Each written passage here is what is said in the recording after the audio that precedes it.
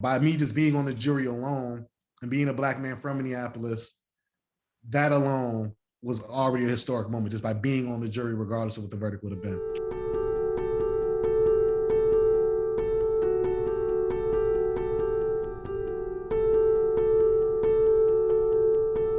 Inside the courtroom for me was extremely stressful, extremely draining on a day-to-day basis. Watching somebody die each day, that's a tough thing to watch. It was like a funeral. I mean, it literally was like a funeral. It was like you're walking into a dark space and you feel it. You feel the energy, and it's not pleasant. There were a few times where I broke down. There was a weekend where I was like, I don't know if I'll make it in on Monday, even just because it was too much for me. I was maybe 5 minutes from calling my mom and telling her I'm not going on Monday. And I told myself, I said, if I'm not here, who will be here for us? And for us, meaning for the Black man. And that's what I felt. I felt if I wasn't there, I didn't know how things would go.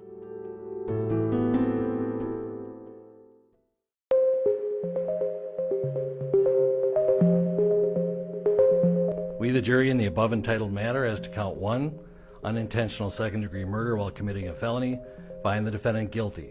This verdict agreed to this 20th day of April, 2021 at 1:44 p.m. Signed, Juror Foreperson, Juror number 19.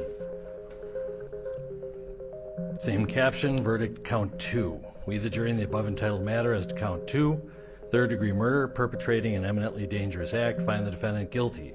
This verdict agreed to this 20th day of April, 2021 at 1:45 p.m. Signed by jury foreperson, juror number 19.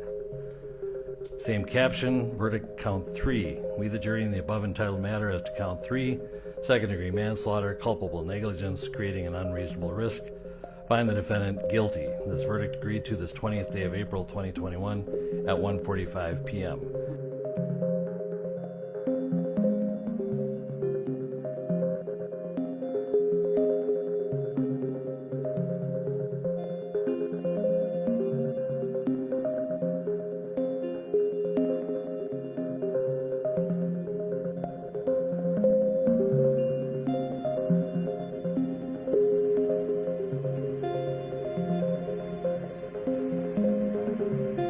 Pulling him down to the ground, face down, and putting your knee on the neck for that amount of time is just uncalled for. My opinion was that the force was excessive. I don't know what kind of improvised position that is. So that's not what we train. That in no way, shape, or form is anything that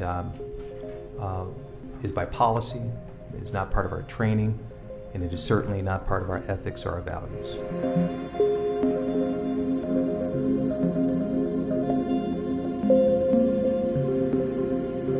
And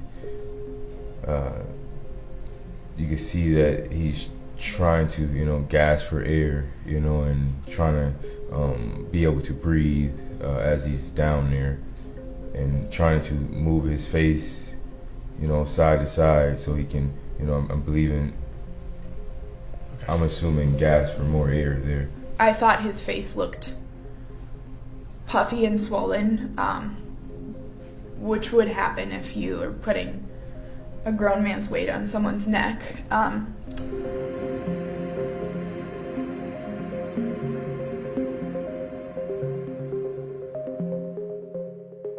George, he would always be up on our mom. He was a big mama's boy. I cry a lot, but George, he loved his mom. He will always just be up on her. And, every mother loves all of her kids, but it was so unique how they were with each other. He would lay up on her in the fetus position like he was still in a womb. Floyd came to me.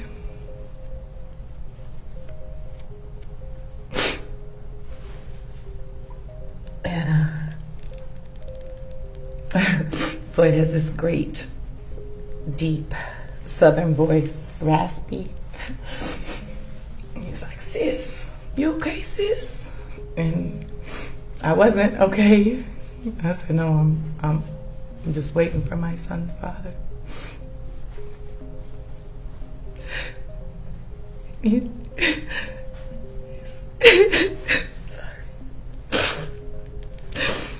said, well, can I pray with you?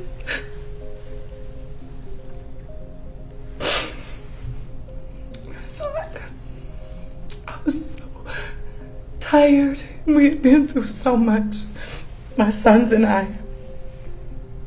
And this kind person just to come up to me and say, can I pray with you? When I felt alone in this lobby,